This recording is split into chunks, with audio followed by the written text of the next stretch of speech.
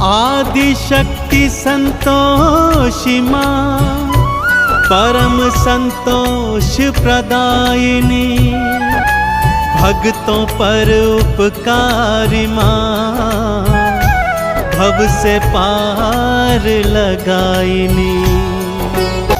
संतोषी की कथा सुनाऊं, संतोषी की कथा सुनाऊं, मैया की मैं महिमा बतलाऊं।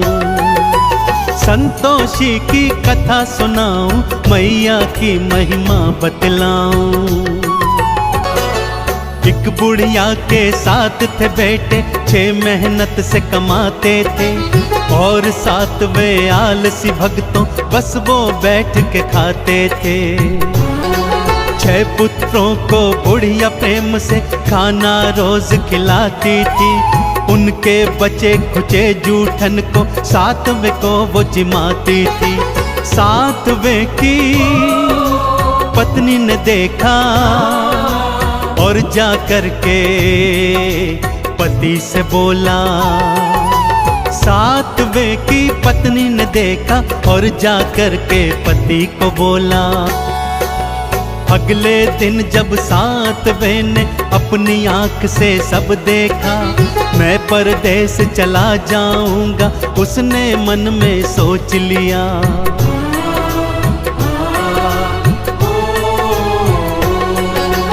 अपनी पत्नी को अंगूठी दे के निशानी जाता है, ना जाने कब लौट के आऊं, पत्नी को बतलाता है। गोबर की वो देकर थपकी, पति अपने को विदा है करती।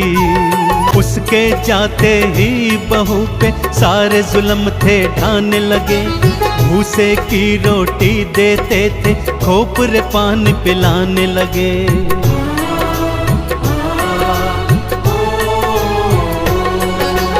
और उधर परदेश में स्वामी व्यापारी का दास बना, थोड़े दिनों में उसने अपना भक्तों बड़ा ही नाम किया। भूल गया वो घर परिवारा, पत्नी भाई माँ संसारा। भूल गया वो घर परिवारा, पत्नी भाई माँ संसारा।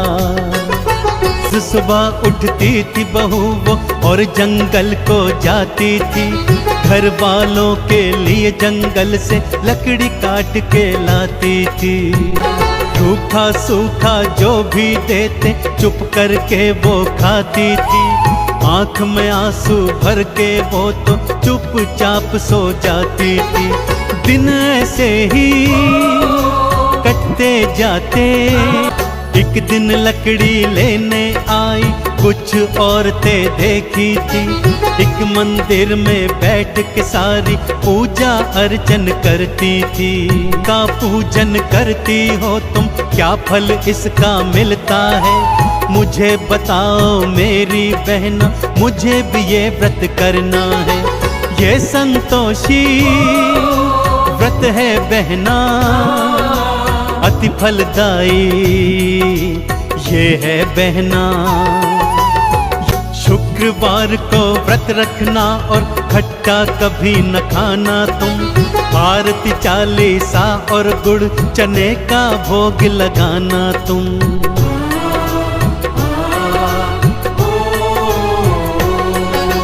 व्रत रखा था फिर बहू ने माँ से प्रेरणा पाई थी, माँ ने उसके पति के मन में घर की अलख जगाई थी। पति ने घर को जाने की सोची, पत्नी से मिल जाने की सोची। पति ने घर को जाने की सोची, पत्नी से मिल जाने की सोची। संतोषी ने दर्श दिया और उसे फिर ये समझाया था, पति तेरा वापस है आता, उसको ये बतलाया था।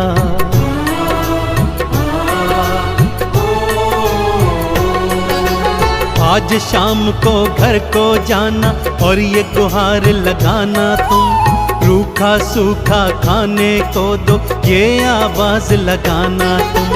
पति तुम्हारा जान जाएगा, अंगूठी से पहचान जाएगा।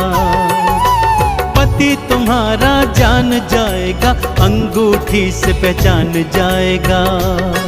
बेटा घर को वापस आया, ढेर सधन वो लाया था। माँ ने जैसा जैसा कहा था, बहू ने वैसा काम किया। अंगूठी दिखलाई पति को, तुरंत ही वो पहचान गया। पत्नी के संग अलग जगह पर जाकर के वो रहने लगा। उद्यापन वो माँ का करते, बालकों को उसमें बुलाते। जेठानियों के लड़के आए, खूब वो भोजन खाए थे। पैसे लेकर गए दोनों से, जाकर खट्टा खाए थे।